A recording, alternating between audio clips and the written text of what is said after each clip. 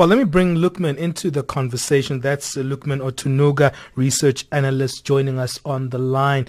Every week and every time Donald Trump seems to open his mouth to make another decision, it seems like everyone doesn't know what's coming next, Lukman. I mean, when you look at this government shutdown, which wasn't expected at the end of the year last year, despite the fact that we knew that Donald Trump was very insistent on building this wall between Mexico and the U.S., and the costs are huge now for the U.S. when it comes to its economy. We know that around $11 billion, it's how much it's actually lost. That's the economy of the U.S.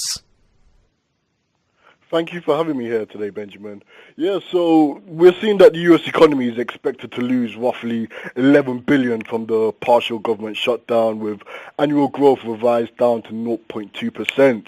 We're seeing a wide range of guesstimates around these predictions, but the broad takeaway is that the shutdown is very bad for the U.S. economy.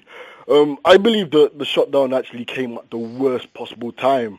We're dealing in a period where the U.S. economy is grappling with external risks in the form of trade tensions, Brexit-related uncertainties, and ongoing fears over global growth. Domestically, we have concerns over the effects of fiscal stimulus fading, while many markets and investors are still trying to assess what impacts last year's aggressive monetary policy tightening has actually had on the U.S. economy. So personally, I do not feel that the government shutdown may spark a recession in the United States, but the corrosive impacts may actually draw the United States closer to a deceleration. And also in terms of the response to the markets, to the U.S. economy, Lukman, how did that play out? So the market reaction was very interesting, because one thing we have to keep in mind is that the government shutdown has actually prevented a lot of government data which would generally tell us how the U.S. is performing from being released.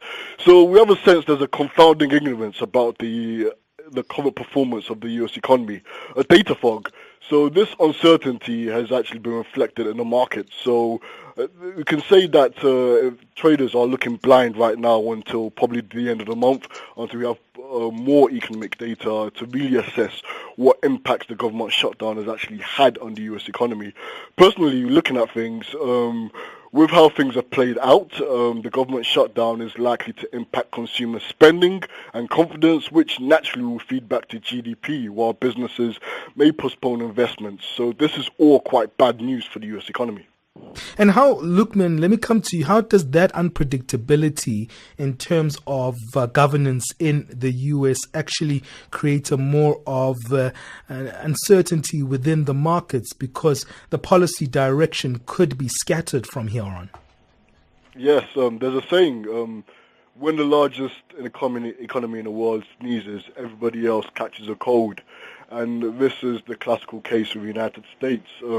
The uncertainty is seen negatively impacting GDP. So signs of a slowdown in the United States will most definitely impact growth in developing nations. However, this is a double-edged sword, because when the United States slows, this may force the Federal Reserve to adopt a more cautionary stance on monetary policy normalization, and expectations already remain elevated over the Fed taking a pause on raising rates this year. So such a development could be a welcome development for emerging markets, as this limits capital outflows. But however, though, a slowdown in U.S. economy activity can impact growth in trading partners and directly decrease import demand. So there's two ways to look at this. Well, that unpredictability is something that comes back to you, Lukman.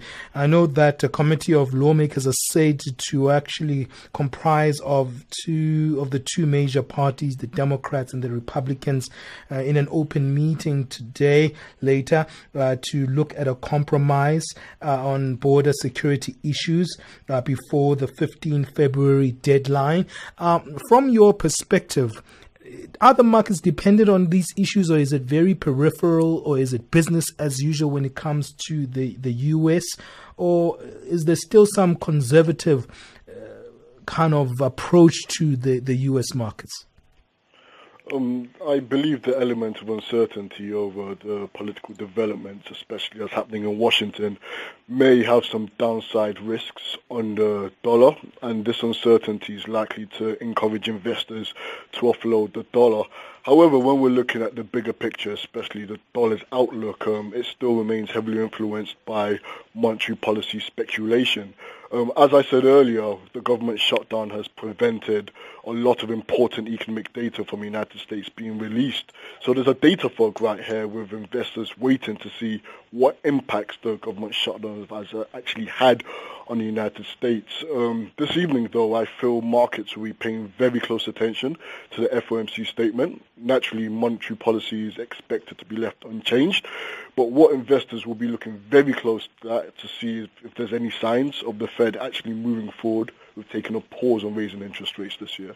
Okay, what's the way forward? We'll ask that question when we come back as a wrap-up question. And if you're just joining us now, that was the voice of Lukman Otunuga, research analyst at FXTM. Lukman, your predictions? So what we're looking at right now is, of course, the government is open until at least February the 15th.